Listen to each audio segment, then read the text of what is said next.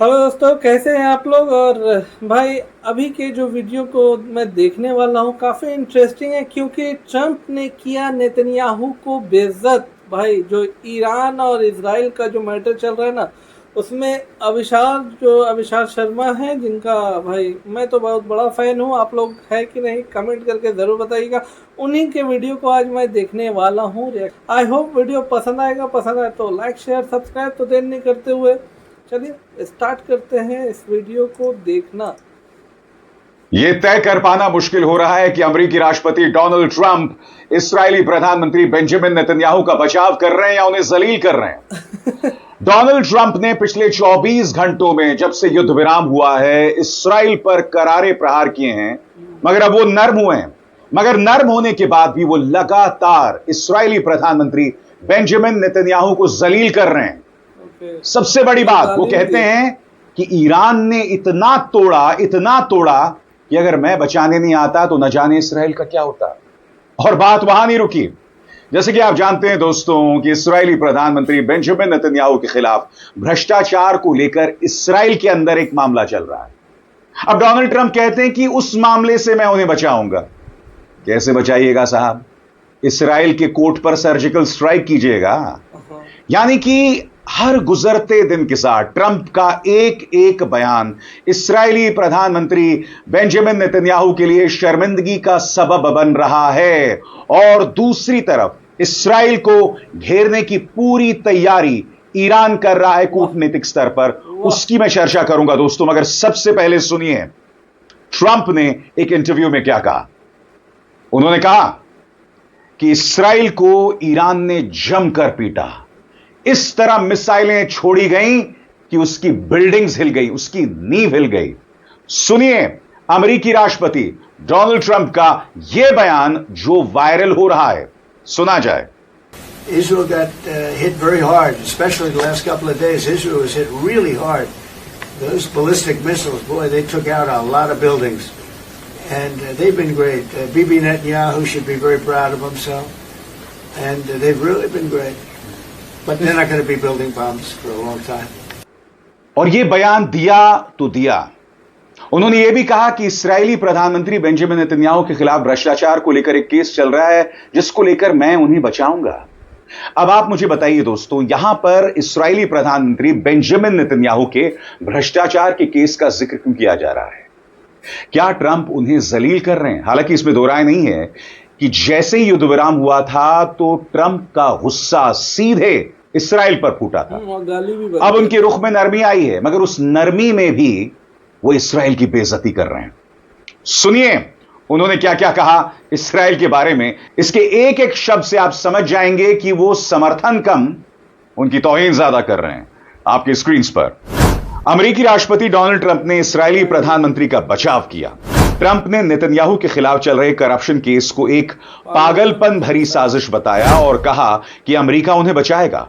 Trump ने truth social पर लिखा, जिस तरह अमेरिका ने इस्राएल को बचाया, अब अमेरिका ही बीबी नेतन्याहू को भी बचाएगा। सबसे बड़ी बात, ट्रंप ने पलटी मार ली, क्योंकि आपको याद होगा जब यह पूरा मामला सामने आया था तो ट्रंप किस कदर नाराज थे इस्राएल से, यहां तक कि उन्होंने एफ वर्ड का इस्तेमाल किया था। यह पहली बार है जब एक अमेरिका का राष्ट्रपति पूरी दुनिया की मीडिया के सामने गाली गलौज पर उतर आया, और वो भी अपने परम मित्र इस्राएल को लेकर। सुनिए कल किस तरह से उनके तेवर थे।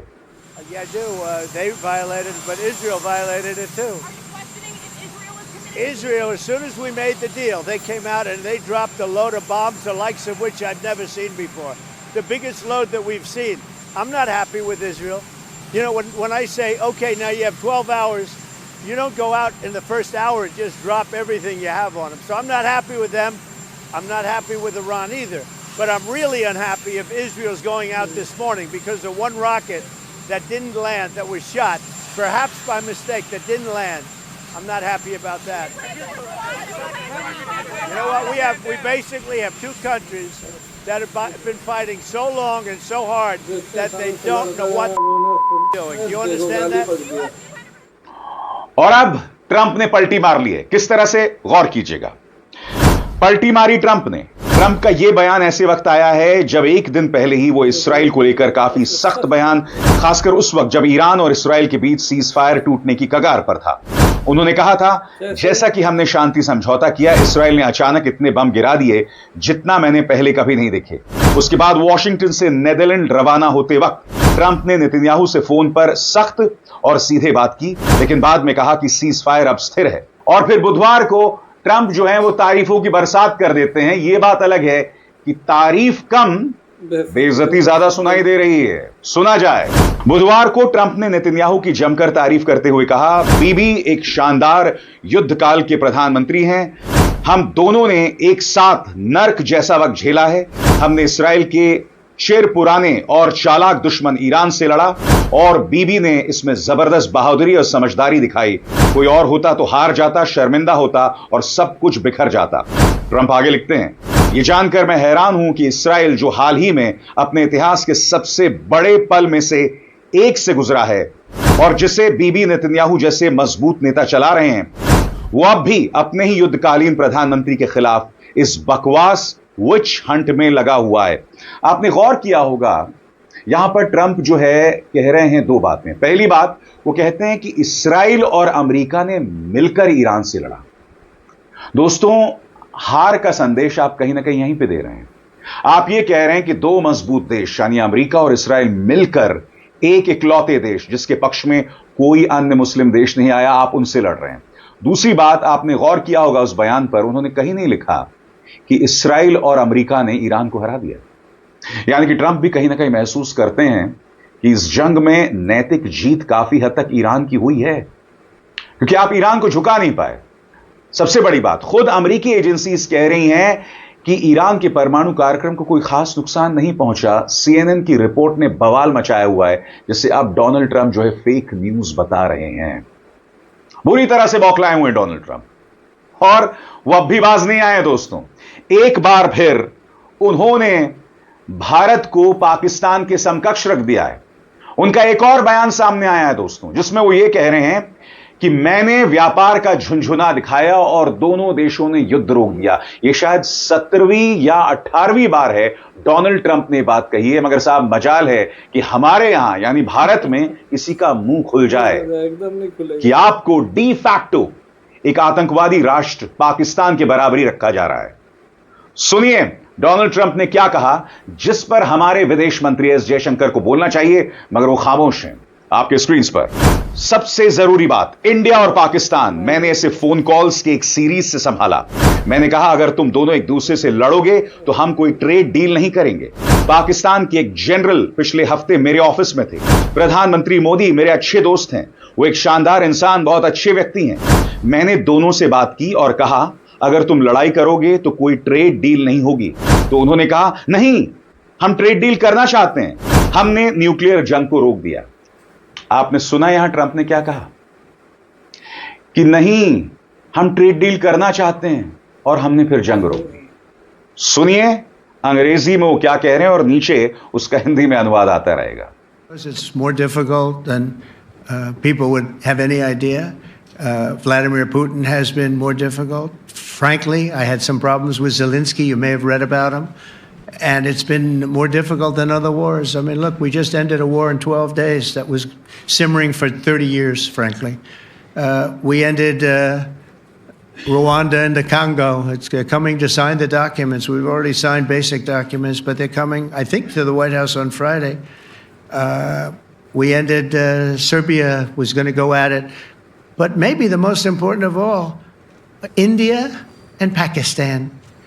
And that wasn't whether or not they may someday have nukes like we're talking about in the Middle East, like we're talking about with Israel and Iran. This is they have nuclear weapons. I ended that with a series of phone calls on trade. I said, look, if you're going to go fighting each other, it was getting very bad. You know how bad that last attack was. It was really bad. If you're going to go fighting each other, we're not doing any trade deal. No, no, no, you have to do a trade deal. I said, we're not doing any trade deal. And in fact, I had the general, who was very impressive. The general from Pakistan was in my office last week. You know, Prime Minister Modi is a great friend of mine. He's a great gentleman. He's a great man. And I got them to reason. I said, we're not doing a trade deal if you're going to fight. And if you're going to fight each other, we're not doing a trade deal. And you know what? They said, no, I want to do the trade deal. We stopped the nuclear war. Go ahead. और आगे बढ़ने से पहले एक जरूरी संदेश। मेरे कार्यक्रमों के लिए आप नोटिफिकेशन का इंतजार मत कीजिए। मेरे चैनल में जाइए और खुद जाकर कार्यक्रम देखिए और रहिए अपडेटेड।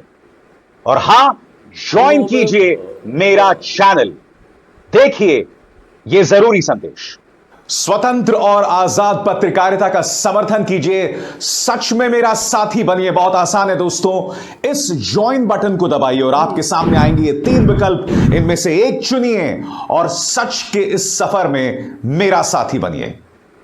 मगर अफसोस दोस्तों, भारत में इस मुद्दे को लेकर खामोशी बनी रहेगी। पाकिस्तान की मुझे परवाह नहीं है।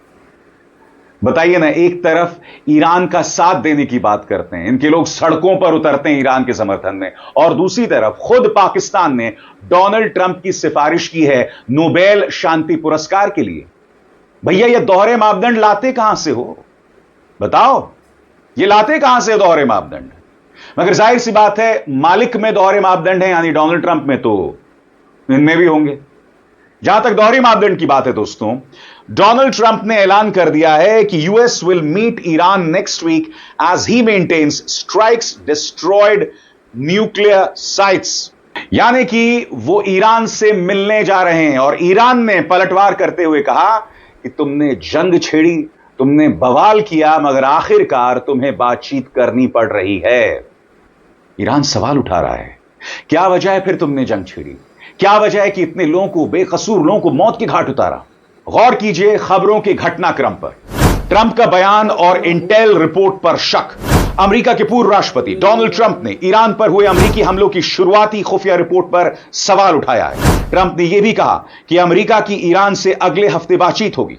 ईरान के न्यूक्लियर ठिकानों पर असर। एक ईरानी अधिकारी ने कहा कि देश के न्यूक्लियर ठिकानों को काफी नुकसान हुआ है, जो कि अमेरिका और इस्राएल के लगातार हमलों की वजह से हुआ। वहीं अमेरिका की शुरुआती इंटेलिजेंस रिपोर्ट के मुताबिक जिन 3 न्यूक्लियर साइट्स पर अमेरिकी हमले हुए, वो ईरान के न्यूक्लियर प्रोग्राम के मुख्य हिस्सों को पूरी तरह तबाह नहीं कर पाए। इससे प्रोग्राम सिर्फ कुछ महीनों के लिए पीछे हुआ है। सीज फायर बना हुआ है। ईरान और इस्राएल के बीच फिलहाल युद्ध विराम बना हुआ है। हालांकि दोनों पक्षों ने एक दूसरे पर शुरुआत में इस समझौते को तोड़ने का आरोप लगाया। और दोस्तों, मैं आपको बतलाना चाहता हूं कि ईरान ने एक रहस्यमय ड्रोन को मार गिराया। आप देख सकते हैं इन तस्वीरों में वो ड्रोन जिसे ईरान ने मार गिराया है, और इराकी न्यूज एजेंसीज इस बात को रिपोर्ट कर रही हैं। यानी कि यहां सवाल खड़ा किया जा रहा है कि क्या इस्राएल आने वाले दिनों में इस तरह से छद्म युद्ध करेगा? क्योंकि अगर ऐसा होगा तो आप जानते हैं कि ईरान के साथ उसके कई प्रॉक्सीज जुड़े हुए हैं, हिजबुल्लाह हो, हमास हो। हालांकि आपने ये बात पर गौर किया होगा कि इस 12 दिन के युद्ध में हिजबुल्लाह और हमास दोनों खामोश थे। और इसकी एक बहुत बड़ी वजह यह मानी जा रही है दोस्तों कि इस्राएल ने इन दोनों संगठनों की कमर तोड़ दी है। दोनों संगठनों पर जिस तरह से इस्राएल ने लेबनान और गजा में बम बरसाए, जिसमें कई बेकसूर भी मारे गए और बड़ी तादाद में मारे गए, 60,000, मगर हकीकत यह कि इस बमबारी में हिजबुल्लाह और हमास दोनों की कमर टूट गई है।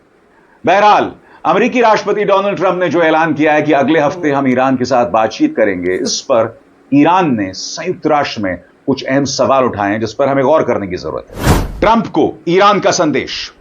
धमकी देने, डराने और मिलिट्री ताकत के जरिए ईरान को उसके शांतिपूर्ण न्यूक्लियर प्रोग्राम से पीछे हटाने की जो सोच थी, वो हाल ही में जंग के भूखे लोगों की हार के बाद और भी बेकार साबित हुई है। जंग की सोच फेल हो चुकी है। अब वापस डिप्लोमेसी की तरफ लौटो। जी हां, डिप्लोमेसी, जिसकी बात अब डोनाल्ड ट्रंप कर रहे हैं। इस कदर कर रहे हैं कि जिस ईरान को वो दुनिया के नक्शे से हटा देना चाहते थे, अब उस ईरान की तारीफ कर रहे हैं।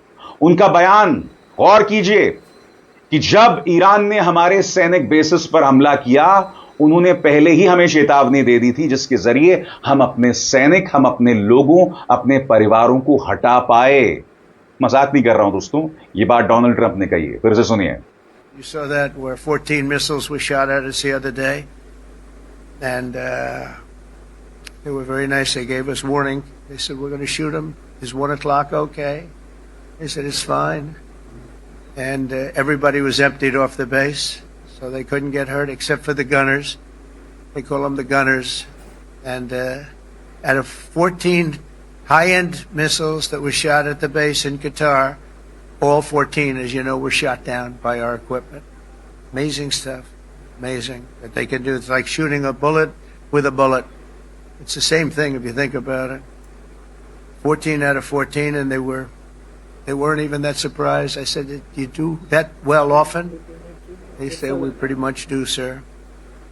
The Ukraine crisis has also highlighted the urgency of. इस बीच जैसे कि कार्यक्रम की शुरुआत में मैंने आपको बताया, ईरान लगातार डिप्लोमैटिकली अलग अलग मोर्चों पर कोशिश कर रहा है और इस संदर्भ में ईरान और चीन की मुलाकात हुई है और इस बारे में न्यूज एजेंसीज क्या कह रही हैं, इस पर गौर किया जाए।